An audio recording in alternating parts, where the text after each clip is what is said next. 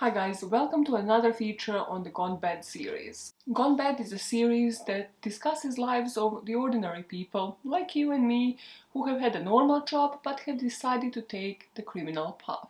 And I don't know what part of my brain decided this research will be a good idea, but I can assure you that part of me is dead right now and this will not repeat itself. The biggest trigger warning on this one.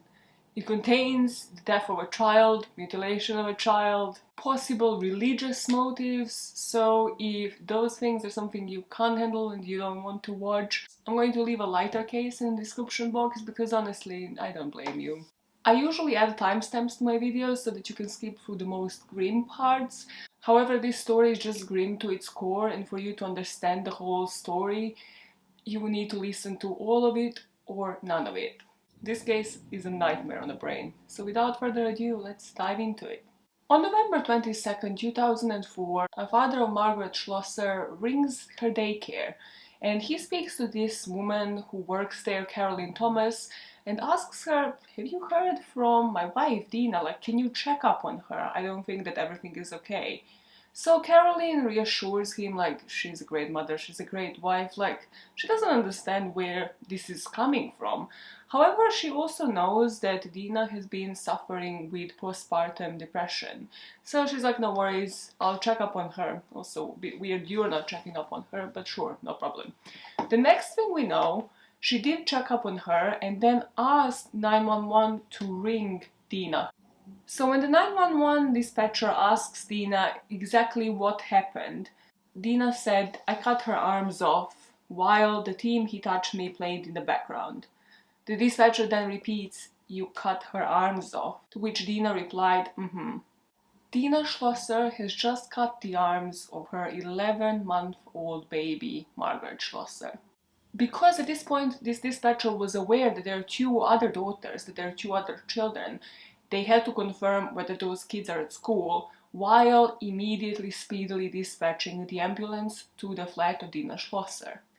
The other two girls, aged 6 and 9, luckily were at school and the father was at work, so when the police and ambulances arrived to the scene, they find the mutilated body of Margaret Schlosser in her crib, which I can just imagine scars you for life forever, while Dena is on the side, completely out of it, saying, "Praise you God, thank you God," and then they ask her like, "Why did you do it?" To which she responded, "I felt I had to." Before we go and speak about her trial and what happened next, let's back up for a bit and speak about Dena, who she was as a person, where did she grow up, how did she meet her husband, how did she end up having the babies, because I think it's important for you to understand the trial, the verdict, everything that comes after this moment on.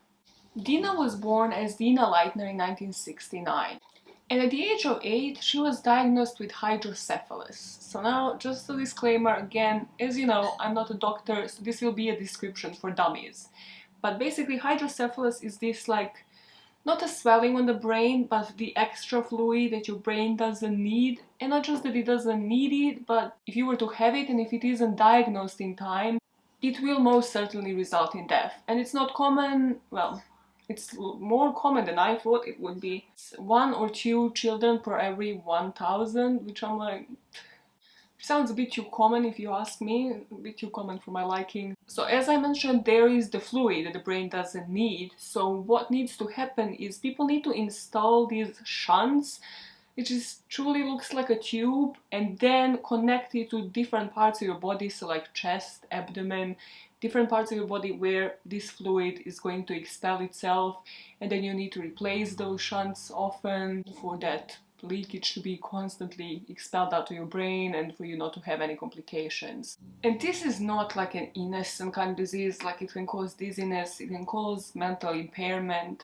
double vision, poor balance, and it needs to be treated on an ongoing basis. So Dena was dealing with this since the very early age, and by the age of 13 she had these shunts installed into her brain, heart and abdomen through 8 different surgeries, which might actually be what inspired her to go and study the career in psychology. Because of this, because of how withdrawn she is, she was described as like a very geeky person who found another geeky person in her husband.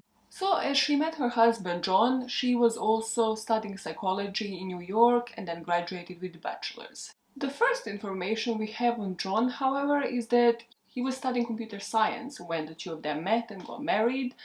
However, he lied to everybody that he graduated from studying it. He threw these huge parties as a celebration, and then the friends and the family would come, like, attend this party, and then later would find out that it was just a scam and that he never ever graduated from his degree.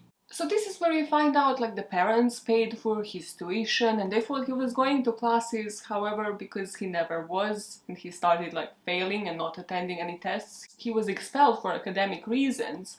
So what we learn here immediately from the get-go is that to John, appearances matter a lot more than the actual substance and, like, the truth. And immediately it seemed like John was trying to be the sole breadwinner, trying to just leave Dena at home and make her very much still dependent on him when it came to when it came to decisions with the kids and disciplining them, while she couldn't have a job herself. She was just to stay home and be the housewife and the mother. Around this time, John, who was the only breadwinner, unfortunately lost his job.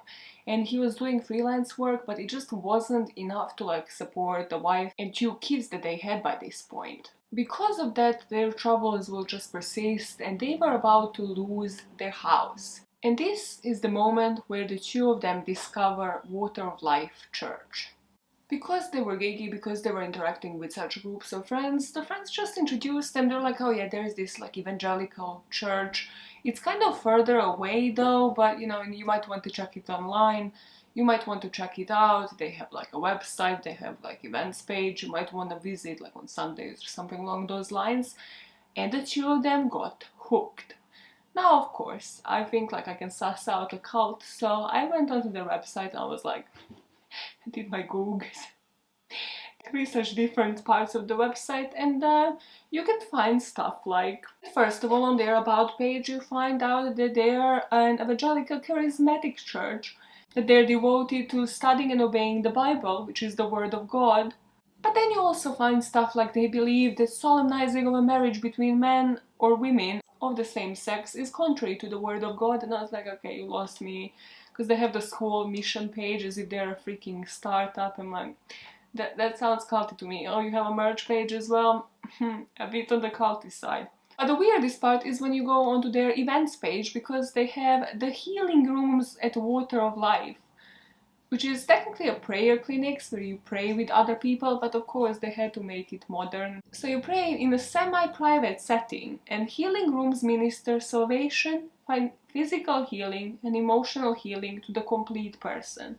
So if you're incomplete, please back out. This is not an event for you. What are you doing here if you're incomplete? They only want complete people that are definitely not gay. They're definitely just straight and complete. So I don't know what John and Dena thought, like, they're looking for here, because they needed some completion, but okay. Also, I clicked on this button and I was like, oh my god. There is a button that said, I'm ready to follow Jesus, but when you click on it, you're met with congratulations. I was like, oh my god, how did they even get my name? I was properly concerned for a split second, and I realized it's a form which you fill out, and then they can call you, or you can come and visit, and you can contribute money and all that. But just the wording of it is a bit different, I'd say, you know? Just like the wording of it, it is very modern. It's following, like, the modern terminology of the day, kind of like follow, subscribe. So, is it a cult? On the surface, not, but we're gonna talk about a special person, a minister that definitely gives you the cult leader vibes in a split second. But I just wanted to mention, like, by looking at that site, it's easy to see why somebody who is desperate to change their life, who is desperate to just find something to be fulfilled, would fall into something like this and would fill out a form, because They would want to feel heard. They'd want for somebody to finally care about them, about the issues that they are having. Just to show how immersed they were and how desperate they were following the school's teachings, they would multiple times a week travel 120 miles to go to this church because it was that far away from them before they moved to Fort Worth.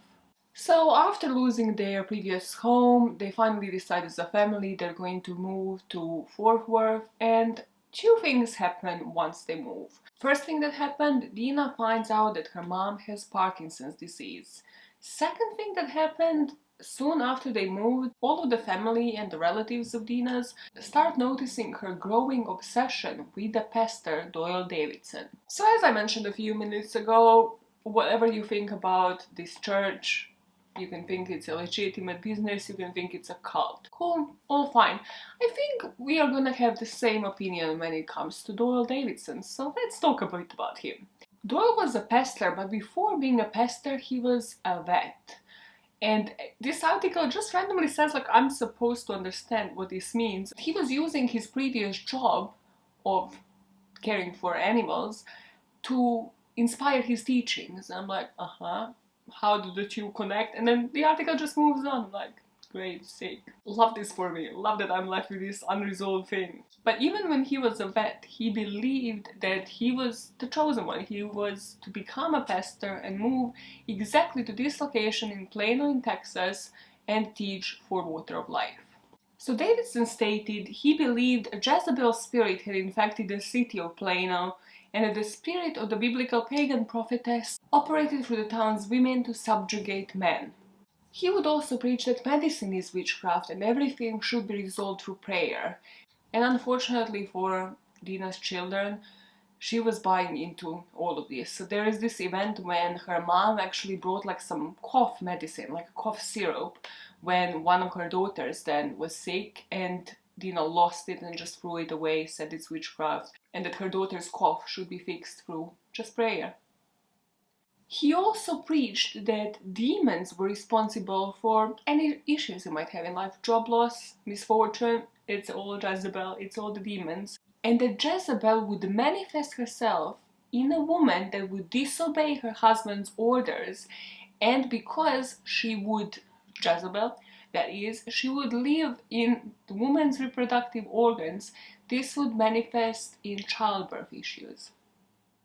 I had this much patience for this guy. This much, like, what did I just read? Somehow this is not made up. I mean, it's definitely made up by him, but as in, it's not something that I have just made up, although it does sound a bit like that. But Davidson would escalate. The way Dena would escalate, so would Davidson, and that's why this relationship is so crucial for the whole story and is so intertwined. So during one of the sermons, Davidson was playing like a recording, and there was a child's cry on the recording, to which he responded like in front of the people, saying, "Shut that brat up." Also, during a different sermon, when he just realized he wasn't gauging as much attention as he usually would, he said to the whole public, "I bet if I took out a gun and killed every third person in the front row, I would gain your attention." And they just sat there and continued listening, like that is not a threat. And at a certain point, it was just unclear which one of the two, John or Dena, was buying into this more.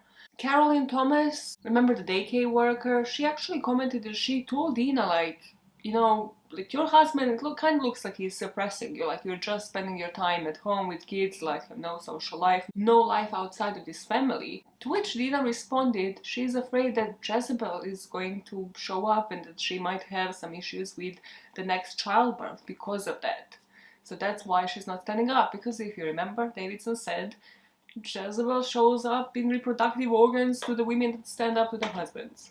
Further problems ensued because during that decade, just before Margaret's birth, Dena did give birth to those two kids, but she also had 3 miscarriages, and after each and every one of these, she would have like postpartum depression, or she would be depressed because she miscarried, to which they prescribed her Zoloft. I didn't research much on Zoloft, but I do know like of certain cases, criminal cases, where the perpetrator actually would take Zoloft, so I don't think it's like an innocent drug. I genuinely think it's heavy, and you shouldn't just be prescribed willy-nilly. However, Dena, in this case, obviously now with these preachings, would stop taking it as soon as she would feel better, or would stop taking it altogether because now she thought prayer is going to solve all of it. So in the spring of 2003, Dena becomes pregnant again and she's thrilled and she's like, okay, listen, I'm definitely following just the natural procedures this time, prayers and all. This one is gonna go through. And soon enough, after she was in the third trimester, she decided no hospitals, no like this medical science bullshit. No, we're gonna hire a midwife and I'm going to give a home birth, which she did. No issues with that. But after this birth, she started saying that she gave birth to twins. It was a boy and a girl, not just Margaret. No, she had a twin brother who then died at birth and was returned to God. So by the looks of it, she's going through yet another postpartum depression and just not getting help for it. And now before telling you what happened 11 months after Margaret was born, I just need to focus on could this have been prevented, because I think we are all kind of screaming. You're screaming at me, I'm screaming inside of myself right now. Could this have been prevented? Why was it a known fact that she was having postpartum depression? Why did the husband know all of this but never reported? Why was it like such a common thing that we were saying like, oh yeah, this is like a completely unstable person that is following the world of religion, speaking about Jezebel infesting her reproductive organs, but we're not doing anything about it. So first of all, even after, the miscarriages and the 2 pregnancies, even if he didn't think at this point that, his wife was not okay, a day after Margaret was born, John should have definitely picked up the phone and just reported this, like gotten her an ambulance, gotten her some help. Because a day after Margaret was born, Dena tried to cut her wrist, and John found her in the bathroom, and his first thought is, let's bandage you up. No, we don't need to call the ambulance, we just need to pray. Then 6 days after her giving birth, neighbors called the police immediately because they were alarmed, because the sight that they were seeing was Dena running for her life, screaming in the middle of the streets, and one of her daughters just pedaling on the bike behind her, like trying to get her to calm down. This time the police and the ambulance actually did go to the scene, and she was diagnosed as psychotic and then was hospitalized for a short period of time at this Green Oaks psychiatric clinics. But she was after a couple of days just given prescribed 2 medication and then was just released. She would later tell the psychiatrist that she didn't actually want to leave, but her husband wanted her to leave, and he said he has prayed enough for her and she should go home. There is this article for Dallas Observer that goes into details on everything here, everything that I have found on the pastor's life. They actually researched and went in depth here, and they said that she was seen by the outpatients and just kind of had a conversation, like a chat with the psychiatrist for only 45 minutes before they actually, decided that she's good to go, she's completely fine, nothing out of the ordinary. She probably even had bandages or like cuts on her hands at this point, because this is like 5 days before she tried to kill herself. But no, she seemed completely fine. Gave her those meds, and then she only had checkups with the psychiatrist for 15 minutes every 4 weeks. And during those checkups, of course, she continued to tell the psychiatrist that she is the one who knows best and she doesn't need medication. Everything is getting resolved by prayer. They just never thought anything was wrong. And everything seemed fine, like Dena's sister-in-law actually came to like help with the children, to be the extra pair of hands, but she also started, this is the sister-in-law, I don't get it, but she also started speaking with Dena about how actually she thinks Doyle Davidson, remember the pastor, would be a perfect match for her. It just seemed like, she made the wrong decision here, though she's married to her brother, and Doyle would actually be her soulmate. So now we speed up to March 2004. So due to the mix of all of this, she's obviously suffering from postpartum. She also doesn't know what to think anymore. Like, the church is saying one thing, she believes Doyle Davis, and then her sister-in-law is suddenly filling her head with the fact that she might be married to the wrong person. So in March 2004, Dena has a break, and she gets out of the house in the middle of the night, manages to reach an emergency room, the hospital, and she was found screaming out of her wits at the floor in this emergency room's toilet. So the hospital calls her husband. The husband is like, no, no worries, like nothing, this is like a completely normal situation. He comes to pick her up and they're like, okay, no, we like need to diagnose her, we just wanted to let you know. He's like, no, no, no, listen. She's just using spiritual church vocabulary. So I really don't want you to diagnose her with having psychosis, so if you could just let her go with me, that would be completely fine, you know. I just don't want her to be misdiagnosed, like she's, you know, having a lot on her plate, and she's clearly like saying, you know, all these demonic things, Jezebel and stuff, so they let her go with her husband after she just screamed in an emergency room in the middle of the night. How did she get there? No, nobody inquired about that. Luckily, somebody actually sent CPS, Child Protective Services, to check up on them and to tell them now to, you know, keep their eyes on the case.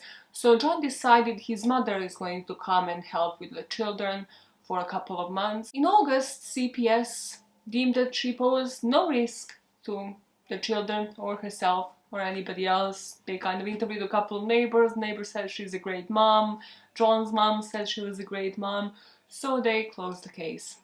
Now, I didn't mention Doyle Davidson for no reason, because as I told you before, these two stories are going to become heavily intertwined, and the influence of Doyle Davidson is about to take a final toll. So at the moment that CPS closed this case against Dena, another event is happening in Doyle's life. You see, Doyle decided that he really likes this woman called Lisa that works for him, and is also 20 years younger than him.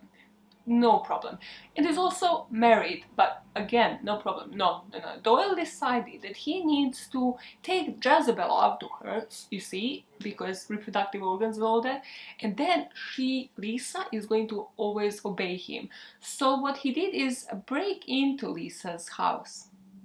And the husband entered the room when Doyle was sitting on top of Lisa, trying to strangle her and get the spirit of Jezebel to get out of Lisa. The next part is really confusing. Like, I couldn't find whether he was ever charged with this, because I would assume Lisa's husband would report this kind of shit, or whether he was released on bail. But following this, on November 21st, 2004, which if you remember is just the day before Margaret was killed, Doyle was still having his sermon on the Sunday service, to which, of course, Dena and John attended. So during this sermon, Doyle is heavily criticizing the police. She's saying this is, you know, satanic setup. This is Lisa's rebellion. She was like rebelling. She belonged to this church, and, you know, yet she still decided to rebel against him, trying to get basically Satan and demons out of her. And Dena and John were that affected that after the sermon they went to speak to him, and they offered to actually talk to the police on his behalf to try to like drop these charges against him. And Doyle just kind of leaves it at like, listen, I can handle this myself, of course, I'm the man of God. So at the parking lot, I'm not sure if anybody witnessed this, but this is the account of events we have, maybe John confessed to it later. Dena and John had an argument, and this was like one of those loud growls, and Dena was convinced that what she needs to do is give up Margaret to Doyle, because not just give her up, but that Margaret, her 11-month-old daughter, should marry Doyle one day, and as such Dena would be giving her baby to God. John just brushes this off, like this is not the most insane statement ever, just it's fine. It's just like, it's just Dena again. But after the event of the next morning, obviously, CBS Morning is going to report that John was actually angry, and he tried to discipline, I have read this in two sources so I have to mention it, he tried to discipline Dena by like spanking her with a wooden spoon the next morning, trying to get her to obey him again.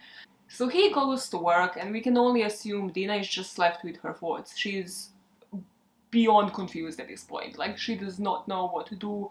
Her mother is going to die of Parkinson's. She's deep into this postpartum depression, not taking any medication for it, believing into this church nonsense. and that she needs to give her baby up to be this daughter of God, to marry this man who she sees as God himself. And her husband is now angry with her, and she is, as we know, dependent on him for all the decisions in her life. So this is where we left it off. And listen, I'm not justifying anything she has done. I just try to summarize everything so that you might be able to understand it better, understand what led to this event. So hours after her arrest, police heard her in the police station saying, "Thank you, Jesus, thank you, Lord." And at trial, there was this psychologist that actually testified on her behalf. She said on that morning she was reading the Bible, and she was more and more intensely reading this Bible in the 4 to 5 days prior to Margaret's death. And she was replaying this Bible verse from Matthew over and over in her mind. "If thy right hand offend thee, cut it off, and cast it from thee. For it is profitable for thee that one of thy members should perish, and not that thy whole body should be cast in hell." And this psychologist would recall that Margaret told them this affected her so profoundly that even when John would pick up Margaret from the crib and would kind of go "Oh, little hands, that this phrase stuck in her and she was repeating it over and over again, and that collided with the Bible saying, was a sign to her that she had to cut the arms of her daughter off. So in her head, she would cut Margaret's arms off, then her own, and then would combine them and would be complete. And this is how she would overcome the spirit of Jezebel, by making a new start. And by doing that, Doyle would want to marry Maggie because she would be complete, John wouldn't be angry with her any longer, and everything would be at peace again. I'm gonna go scream into a pillow for a little bit. So the next part is really grim. I might actually put a timestamp on this because this is insane. So she goes to the kitchen drawer, takes out a knife, and then proceeds to go to the crib of her daughter where she cuts off her arms. While all of this is happening, the gospel music is playing in the background, and also the autopsy would later confirm that baby Margaret also had cuts to her head, about 50 of them as well, so it wasn't just the arms, was it, Dena? Then she stabs the knife, as a final move, into Margaret's left shoulder. Then after this event, she's covered with blood, she's sitting at the computer and she's doing what? Calling her husband. Then, as we remember, she spoke to the daycare worker, Caroline Thomas, and then finally with the 911. This is when, as we know, the police came and she said she felt like she had to do it, thank you God, praise you Jesus, all of that. And when she was hospitalized, even before her trial, she was placed on suicide watch, and she was reportedly just banging her head against the walls in this cell where she was placed. And she would tell the psychiatrist that questioned her that there is no such thing as depression, there is only God. Doyle did testify at the trial, and he did say, yep, he was teaching that mental illness is demonic, and that might have led to her husband to believe that he shouldn't be buying her medication, because that's not righteous, that's not according to their religion. When it comes to Doyle, by the way, he was only fined about $350 for public intoxication, and he fired Lisa, so she didn't even proceed with filing charges for that assault, and breaking into her house. But luckily, because of the trial and because of the public outcry, his ministry was shut down everywhere outside Metroplex. After Dena was arrested and before the trial, CPS took the children, this time into foster care, and her husband went through a psychological evaluation that determined that he had some narcissistic traits. So they also determined that he should have reported this to the CPS and the police, and that part is his fault, that he actually didn't do enough to prevent this from happening. But they agreed to release the kids to him if he were just to complete psychotherapy and some parenting classes. So he obliged, and eventually the children were released to him. He filed for divorce from Dena and got that sorted out, and also obviously filed for a restraining order should she ever get out. At the trial, this was described as religious frenzy, and she was diagnosed with postpartum psychosis. And due to everything we mentioned in this video, she was found not guilty by reason of insanity and was committed to North Texas State Hospital, and Fun fact, I guess you should flex this at like a house party one day, or maybe not. She was actually sharing a room with Andrea Yates at certain point in her life, which is another child killer. That case is just sad in itself. Don't make me cover it, please, for the love of God. I had a whole month of Philly size on the podcast if you need another fix of that. And truly, if you do, maybe question yourself, why do you need a fix of like Philly size? But yeah, Andrea Yates was the one that drowned her kids in a bathtub and was again another case of like a psychotic meltdown. But only 4 years after that, everybody at this institution was doing everything towards Dena's release to the public. So they made sure that they, give her birth control, that she does not have any unsupervised visits with any children, let alone her own, and also that she still sees a psychiatrist once every week. So 2008, she gets released. She was recommitted again in 2010 when this group of firefighters just kind of like brought her back to the hospital or somewhere, I guess, and then she was recommitted because they found her just wandering the streets at 2 a.m. She was soon released as the outpatient again, and in 2012 we lose every trace of her. The last information we had on her in 2012 was that this TV station in Dallas reported that somebody spotted her working in Walmart, and then obviously they fired her straight after that when they actually found out about her criminal background. And that is where this case ends. I couldn't find any further information on her beyond 2012 that isn't just like a summary of the case, summary of the events. So what did I just put us all through? That's the case of Dena Schlosser. I went through every single possible emotion, as you could witness, probably on the camera, because my voice tonality just changed up and down constantly. It's just gonna be great for editing. But let me know in the comments, why do you think she did it? Because I think that is truly the question. And for me, I'm just thinking about, did this woman have a mental capacity to actually make rational decisions herself? And that's the part that I am not really sure she did. I think there were people in her life that were there, they were present, that were reacting to this, and should have felt obligated to do something, should have felt obligated to actually report on this, to ensure that she is taking medication, to ensure that maybe the kids are put in foster care until she's fully cleared, rather than CPS just allowing her to like live with the children while she's also seeking treatment, and before they clear that she's fine to actually do so. I just think that the system failed these children, like her two older daughters and then Margaret as well. And that poses another question for me. What if those two daughters weren't in school while she went through this psychotic break and she went through her frenzy and killed Margaret? Are we sure that this case wouldn't have had other victims? But the part that I'm uncertain of in terms of, did this woman really not have any common sense and could she really not think clearly, is that her whole defense was, well, she planned to harm herself as well.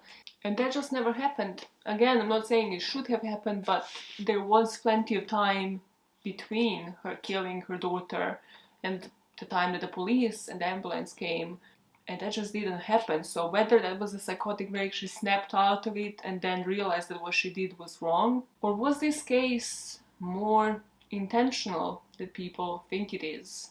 Let me know what you think about it in the comments. Be respectful, because again, this is a murder of a toddler, okay? A really gruesome one as well. And now I'm gonna play some outtakes. I would not say they're hilarious, they're just my coping mechanism with this case that I have had sort of like before the murdering part, and then the misery overwhelmed me, as it probably did everybody else. But until next week, when I'm gonna bring you something lighter, because I remember how I told you I'm gonna tell you the story about the killer cup? Yeah, that's what you consider lighter. It's there's something wrong out there. It's cool. I gotta screw loose. Enjoy the rest of your week, and in doing so, and questioning motives behind people's crimes, keep making this world a better place, one motive at a time. Bye, guys. You're okay, right? Blink for help. Blink for help. I've seen it all over TikTok, and I'm in my brain. I was like, I can do it. You're strong enough. You're strong. Like, this is nothing. You know random facts of like Junko Furuta's case, or Ariel Castro's case, or Snowtown murders, which was a recent one where torture is pretty graphic. I thought, like, yeah, these details live in my head rent free. You just don't want to cover those cases. So what made you shift? What made you cover one of the most gruesome ones? That is what I wonder. Did not process it yet. I researched it like for 2 hours before recording. Suddenly my hair is up front. Suddenly my hair is up front, covering a stain. Just had a lunch break, and of course, I'm a grown-up that makes messes. Yeah, also, if you see like something that looks like lip gloss. Fun facts about Maja, you can spread on parties. She doesn't use lip gloss. She doesn't use lip gloss, but she loves a bit of grease on her mouth. Just a bit of oil. Back into this depressing tale. You know when a case makes you aware of like certain parts of your body when something happens, like somebody's like stabbed in the eye, you hear it, or like cases of torture. This is why I hated them, because I can actually visualize them so vividly, and like parts of my body hurt. That's what I had with this hydrocephalus shit, because I was literally like, okay, I shouldn't be lying on my head. What if I cause it? Which you can't cause it, but yeah, still, I want to be on the safe side here, okay? I don't want like shit leaking out of my brain. It's like, it's small enough anyways. Sick explanation. I guess they learned the terminology of the modern world, like subscribe, follow, like for more videos like this. Which brings me... Great segue. Subscribe, like this video if you like more content. Not appropriate. Not appropriate. But yeah, subscribe to my channel. I would like to get on it. But even when he was a pet, he believed he's... But even when he was a pet... he was a pet... Oh God, that escalated. Him becoming from an animal into a human and then a prophet, then a pastor.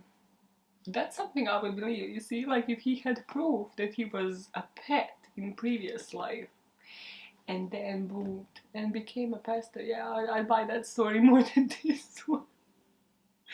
Oh, fucking cults. What is wrong with people? Yeah, what is wrong with people?